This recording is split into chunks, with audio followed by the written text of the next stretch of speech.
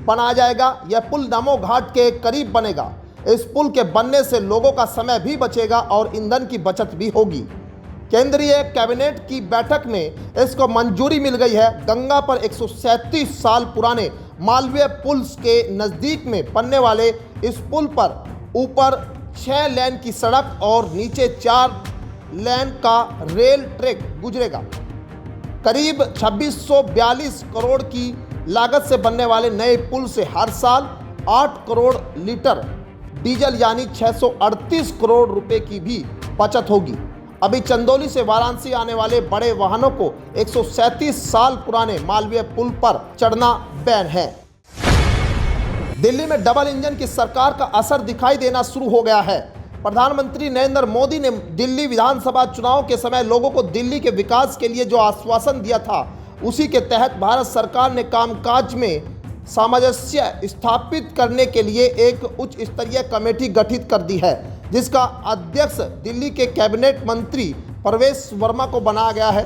प्रधानमंत्री कार्यालय के निर्देश पर गठित इस समिति में राष्ट्रीय राजमार्ग प्राधिकरण, केंद्रीय लोक निर्माण विभाग, दिल्ली विकास प्राधिकरण, दिल्ली नगर निगम, दिल्ली सरकार के शहरी विकास विभाग को शामिल किया गया है। इस समिति में इन एजेंसियों के शीर्ष अधिकारी शामिल होंगे जो किसी भी मुद्दे पर तुरंत फैसला लेंगे। उत्तर प्रदेश स्थित प्रयागराज में सीएम योगी आदित्यनाथ ने श्रृंगवेरपुर धाम में करोड़ों की योजनाओं की सौगात दी है। सीएम योगी ने बटन दबाकर 580 करोड़ की लागत की विकास परियोजनाओं का लोकार्पण और शिलान्यास किया है।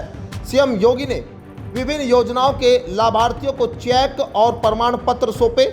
महाकुंभ के बाद वासंतिक नवरात्र की पंचमी तिथि पर मर्यादा पुरुषोत्तम प्रभु श्री राम के अनन्य सखा निषाद राज की पावन जयंती पर आए अतिथियों का सीएम ने आभार जताया।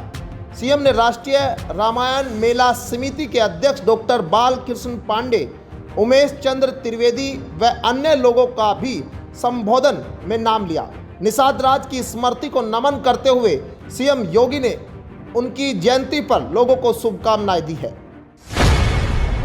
जेवर एयरपोर्ट के तीसरे चरण के लिए अधिसूचित 14 गांवों में अवैध निर्माण पर प्रशासन का बुलडोजर चलने वाला है। यमुना प्राधिकरण की बिना अनुमति के चल रहे निर्माण कार्यों को चिन्हित किया जा रहा है। नवरात्र के बाद बड़े स्तर पर ध्वस्तीकरण की कार्रवाई की जाएगी। नोएडा इंटरनेशनल एयरपोर्ट के तीसरे चरण के लिए अधिसूचित 14 गांव की जमीन पर प्रशासन के लाख प्रयासों के बाद यमुना प्राधिकरण की बिना अनुमति के अवैध निर्माण कार्य रुकने का नाम नहीं ले रहे हैं। उप जिलाधिकारी जेवर व एयरपोर्ट नोडल अधिकारी के 3 गांव का दौरा किया। इस दौरान 10 जगहों पर चल रहे निर्माण कार्य को बंद कराते हुए निर्माण कार्य की सामग्री आपूर्ति कर रहे 2 वाहनों के खिलाफ भी कार्रवाई कराई गई है। आगरा के ककवा और भाड़ई में बन रही नई टाउनशिप अटलपुरम में जून में भूखंडों की बुकिंग शुरू हो जाएगी। बता दें कि पहले चरण में 3000 से अधिक भूखंड बिक्री के लिए आगरा विकास प्राधिकरण अगले सप्ताह में यूपी रेरा में प्रोजेक्ट का रजिस्ट्रेशन कराएगा। रजिस्ट्रेशन की तैयारियों को लेकर एडीए उपाध्यक्ष ने समीक्षा की है। ग्वालियर हाईवे पर 138 हेक्टेयर में प्रस्तावित नई टाउनशिप अटलपुरम में 130 हेक्टेयर जमीन एडीए ने किसानों से 4 गुना मुआवजा देकर खरीद ली है और बाकी 8 हेक्टेयर जमीन अधिकृत करने के लिए 10 करोड़ रुपए भी भूमि अध्याप्ति कार्यालय में जमा करा दिया है। इटावा में बिजली विभाग में निविदा के पद पर काम कर रहे कर्मचारियों की नौकरी पर तलवार लटक गई है। मुख्यालय से प्राप्त हुए आदेशों के बाद कर्मचारियों की संख्या कम की जा रही है। वर्तमान में बिजली विभाग में निविदा व संविदा के पद पर 918 कर्मचारी कार्य कर रहे हैं, जिनमें से 145 कर्मचारियों को निकाले जाने की तैयारी विभाग ने कर ली है। बड़ी बात है कि जनपद में इतने कर्मचारी तैनात थे, उसके बाद भी बिजली व्यवस्था बेपटरी रहती थी।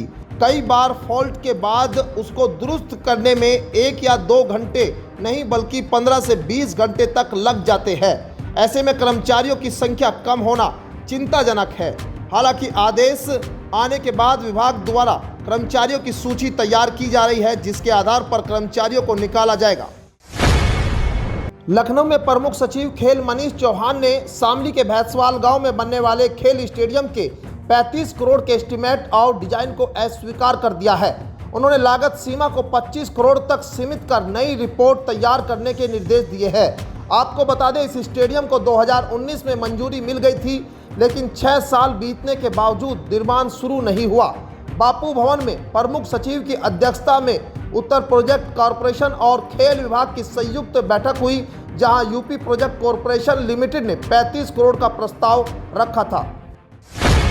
वक्फ बिल को लेकर मुजफ्फरनगर में जमीयत उलेमाए हिंद ने इस बिल के समर्थन में अपनी आवाज बुलंद की है।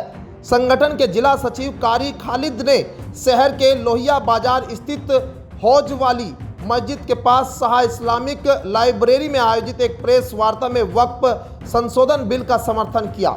जमीयत उलेमा हिंद के जिला सचिव के अलावा कारी खालिद इस शाह इस्लामी लाइब्रेरी के संस्थापक भी है। उन्होंने सरकार द्वारा बिल में पेश किए गए पक्ष को उचित ठहराया और इसके समर्थन में अपने विचार रखे। कारी खालिद ने कहा कि वक्फ संशोधन बिल में सरकार ने जो प्रावधान और पक्ष प्रस्तुत किए हैं वे स्वागत योग्य है।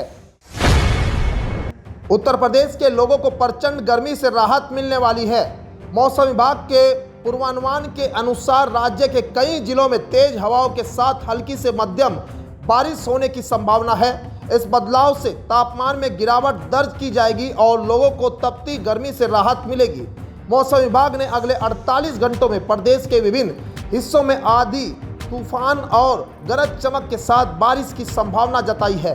खास तौर पर लखनऊ, कानपुर, प्रयागराज, वाराणसी, गोरखपुर, बरेली, मेरठ और आगरा में मौसम में बड़ा बदलाव देखने को मिलेगा।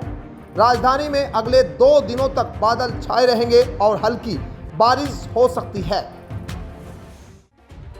तो ये थी आज की 15 फटाफट खबरें। अगर आपको वीडियो पसंद आया तो वीडियो को लाइक, शेयर व कमेंट जरूर करें।